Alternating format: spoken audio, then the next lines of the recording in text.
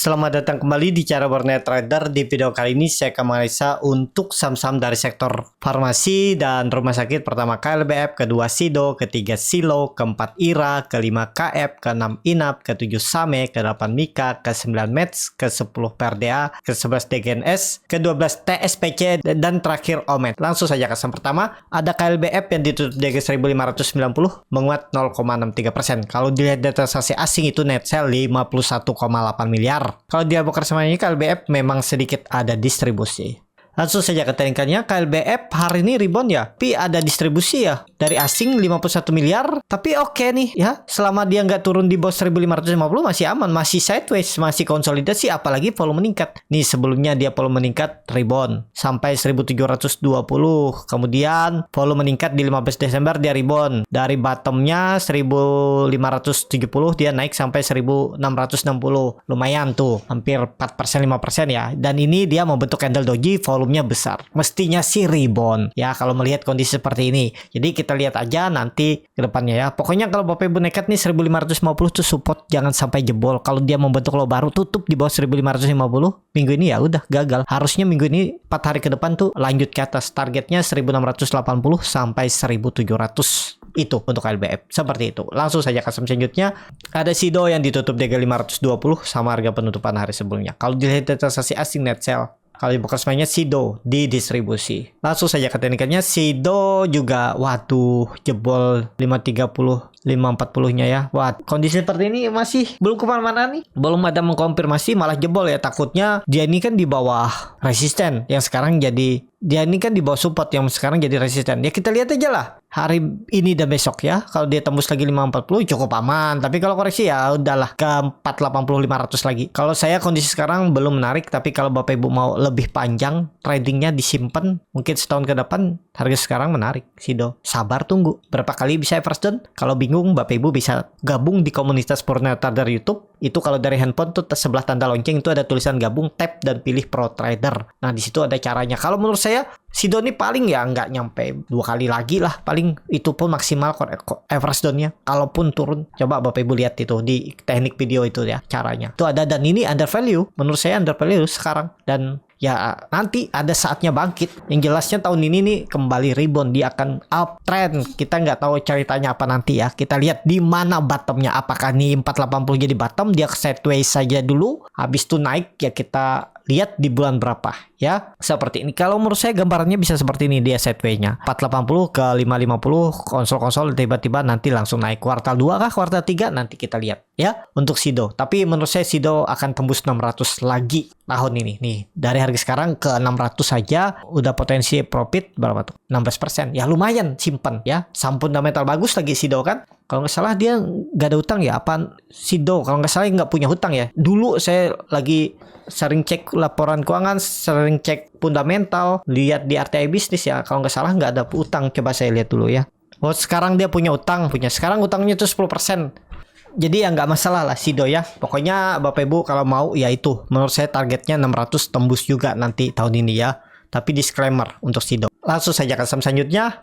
Ada Silo yang ditutup di harga 2030 menguat 2,01%. Kalau dilihat data transaksi asing net buy, di bawah resmennya Silo diakumulasi. Langsung saja ke teknikalnya. Silo ada peluang rebound menurut saya seperti ini nih ya.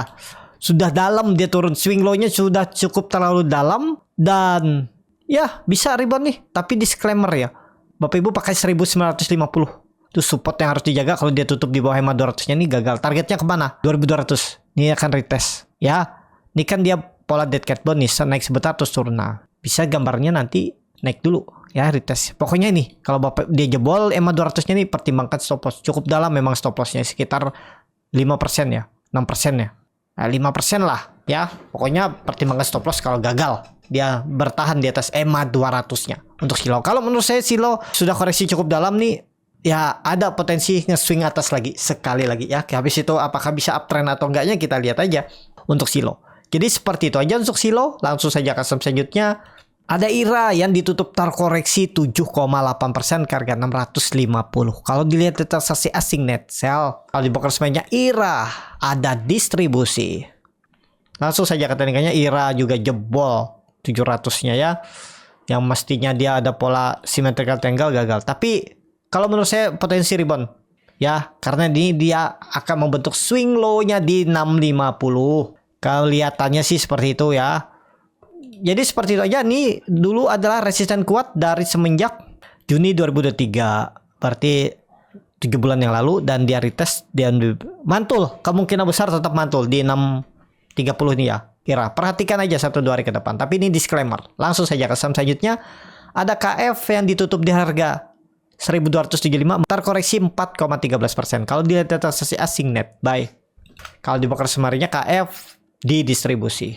Langsung saja ke teknikanya. KF sedikit lagi lah 1200 ya. Mantul nggak mantul? Tetap ada potensi mantul. Menurut saya lah. Kecil kemungkinan dia sampai melorot langsung dalam ya. Pasti ada mantul-mantulnya. Paling nggak nge-swing atas di 5-10% itu bisa. Tapi disclaimer, supportnya pakai aja 1200 untuk KF. Seperti itu. Langsung saja ke saham selanjutnya. Ada INAF yang ditutup di harga 535. Terkoreksi 0,92%. Kalau dilihat data sesi asing net sell. Kalau di broker semuanya INAF didistribusi.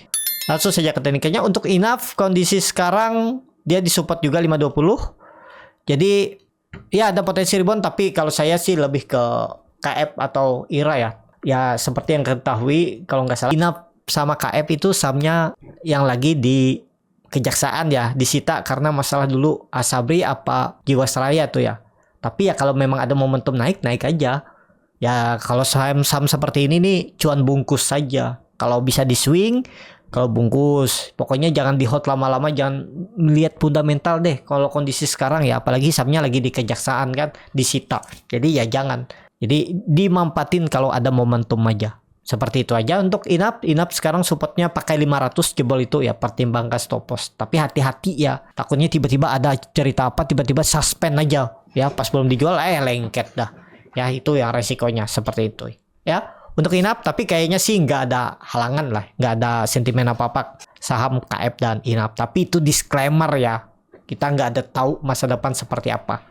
Langsung saja ke saham selanjutnya. Ada SAME yang ditutup di harga 312, terkoreksi 0,63%. Kalau dia data transaksi asing net sell. Kalau di broker semuanya SAME didistribusi.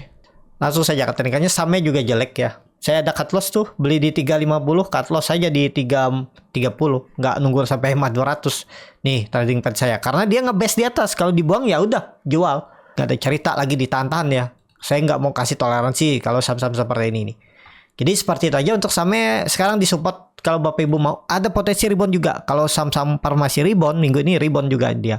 Paling nggak ke 320, 326 itu kan lumayan. Kalau KMA 200-nya retest lagi. Apakah nanti double bottom seperti ini? Ya bisa terjadi juga. Ya, tapi terdekat dulu nih. 340 itulah yang harus di retestnya.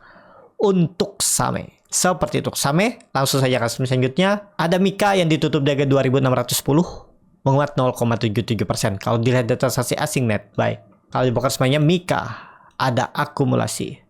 Langsung saja ke teknikanya. MIKA kondisi sekarang jelek juga ya, sudah jebol. Kalau menurut saya sih ya, kalau Bapak Ibu belum stop loss, terserah Bapak Ibu. Pokoknya kalau misalnya ya minggu ini udah jebol lagi 2600, menurut saya pertimbangkan stop loss saja karena indikasinya sudah kurang bagus.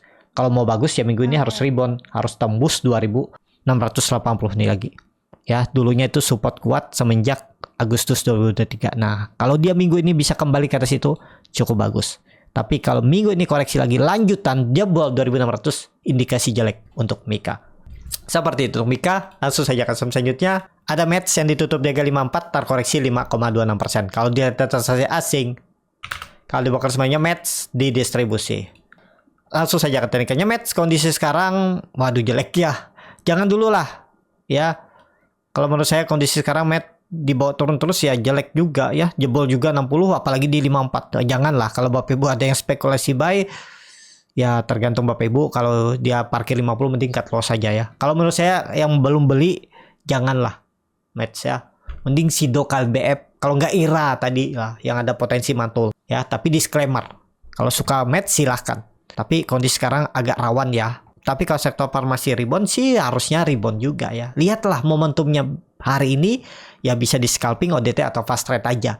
Seperti itu. Match, langsung saja ke saham selanjutnya. Ada PRDA yang ditutup di harga 5.400, menguat 0,93%. Kalau dilihat data transaksi asing net buy. Kalau dia broker sebenarnya PRDA ada distribusi. Langsung saja ke tekniknya. PRDA lagi sideways, teman, ini kayaknya saham repo. ya karena volumenya rapi seperti sisir. Jadi kurang menarik juga ya. Saya nggak tahu ceritanya apa. Saya nggak cek juga apakah ada akumulasi distribusi atau seperti apa ya. Kalau cuma sehari sih kelihatannya small distribusi. Tapi ya kita nggak tahu ceritanya ya. Yang penting ya kalau Bapak Ibu nekat nih 5250, 5250 tuh. Ini kan dia lagi sideways nih. Sideways di range pendek. Antara ya masih sama pola sekarang tuh saham. Kalau sideways seperti itu antara naik tinggi. Siapa tahu minggu ini ada flow-nya sektor farmasi rumah sakit atau dibuang. Gitu aja ya. Risknya ya paling maksimal 4% lah Bapak Ibu cut loss ya. Di bawah 5200 gitu. Untuk PRDA. Tapi kurang menarik untuk PRDA. Seperti itu. Langsung saja ke saham selanjutnya. Ada DGNS yang ditutup di harga 258 menguat 0,78%. Kalau dilihat data transaksi asing net sell. Kalau dibongkar semuanya DGNS ada akumulasi walaupun tipis. Langsung saja ke teknikalnya. Untuk DGNS kondisi seperti ini ada big akumulasi. Tapi sayangnya dia di bawah 260. Kita lihat minggu ini tembus nggak? Ini kan terlihat nih ada akumulasi nih dari CC, CP, tapi tipis 35 juta, 8 juta, 6 juta kecil. Biarpun terlihat big akumulasi, likuiditasnya tipis kayaknya ya. DGNS nih kan cuman 1000-an lot pembelian hari ini. Nah likuiditasnya tipis. Wah kurang menarik ya. Tunggu lihat aja nanti seperti apa dia kalau tembus 260. Kalau menurut saya skip aja lah untuk DGNS ya. Kalau Bapak Ibu berminat silahkan beli buy on breakout atau beli di bawah silahkan juga untuk DGNS. Seperti itu DGNS. Langsung saja ke saham selanjutnya ada TSPC yang ditutup di harga 2000 menguat 4,71%. Kalau dia data transaksi asing net sell. Kalau dibongkar semuanya TSPC di distribusi. Langsung saja ke teknikalnya. TSPC nih lihat ada distribusi tapi naik. Wah berhasil breakout. Wah ini sih bagus ya. TSPC sih all time high kah? Oh enggak ya. Jauh masih. Tapi bagus. Sekarang udah tembus 1900 tetap pakai supportnya. Gagal bertahan itu. Menarik nih TSPC. Likuiditasnya dia cek seperti apa. Wah tipis ya. Tapi ya oke tuh. Dia berhasil breakout. Volumenya juga meningkat. Menarik untuk TSPC ya. Bagi yang belum punya ya tunggu dekat-dekat 1900 nih aja. Jadi kalau ada koreksi ya spek buy di area bawah ini. Dekat-dekat support. Yang dulunya resisten kuat. Menarik targetnya kemarin nih TSPC ya Bapak Ibu bisa pakai Fibonacci retracement dari swing low ke swing high. Bisa seperti ini tarikannya berarti ke 2100 itu terdekat dan bahkan bisa ke 2400. Kita lihat aja nanti seperti apa. Kalau sektor farmasi rumah sakit naik ya ada peluang juga dia ke 2100 2200 untuk TSPC ya karena dia berhasil breakout resisten kuatnya. Seperti itu TSPC. Langsung saja ke saham terakhir ada OMED yang ditutup di harga 202 sama harga penutupan hari sebelumnya. Kalau dilihat data transaksi asing net sell. Kalau dibongkar semuanya OMED ada akumulasi walaupun tipis. Langsung saja ke teknikalnya. OMED belum kemana-mana juga nih ya. Kalau menurut saya OMED lagi konsolidasi. Yang penting OMED gak tutup di bawah MA 200 nya berarti 197. Nah itu aja paling maksimal kalau Bapak Ibu nekat beli OMED nih ya. Ya paling 4% stop lossnya. Dan MACD-nya masih downtrend mengarah ke bawah dan perbatasan garis nol juga dilewat. Ya kalau dilihat dari MACD-nya nih turun, tapi kan sahamnya naik nih. Ada hidden bullish divergence, apakah nanti perlawanan dan akhirnya rebound ya kita lihat. Pokoknya konfirmasinya MA 200 jangan jebol untuk OMED ya. Seperti itu OMED, target OMED mana sih 220, 230 resisten kuatnya kalau jalan 1-2 minggu ke depan. Seperti itu OMED cukup sampai di sini video kali ini. Terima kasih untuk Bapak Ibu dan teman-teman yang sudah menonton video ini sampai selesai. Apabila channel Borneo Trader ini bermanfaat dan bisa menjadi bahan pertimbangan Bapak Ibu dalam membeli, menyimpan dan menjual sahamnya, bisa klik tombol subscribe dan nyalakan lonceng notifikasi. Ada kritik, saran ataupun pertanyaan bisa langsung tinggalkan di kolom komentar. Dan bagi Bapak Ibu dan teman-teman yang baru belajar trading, masih bingung memilih saham, bingung membuat trading plan, bisa join trading bersama Borneo Trader. Nanti dipilihkan saham-sahamnya dan dibuatkan trading plan-nya beserta chatnya dan juga free konsultasi portofolio. Kalau tertarik DM Instagram Borneo Trader. Sampai ketemu, tetap semangat dan semoga bisa terus cuan.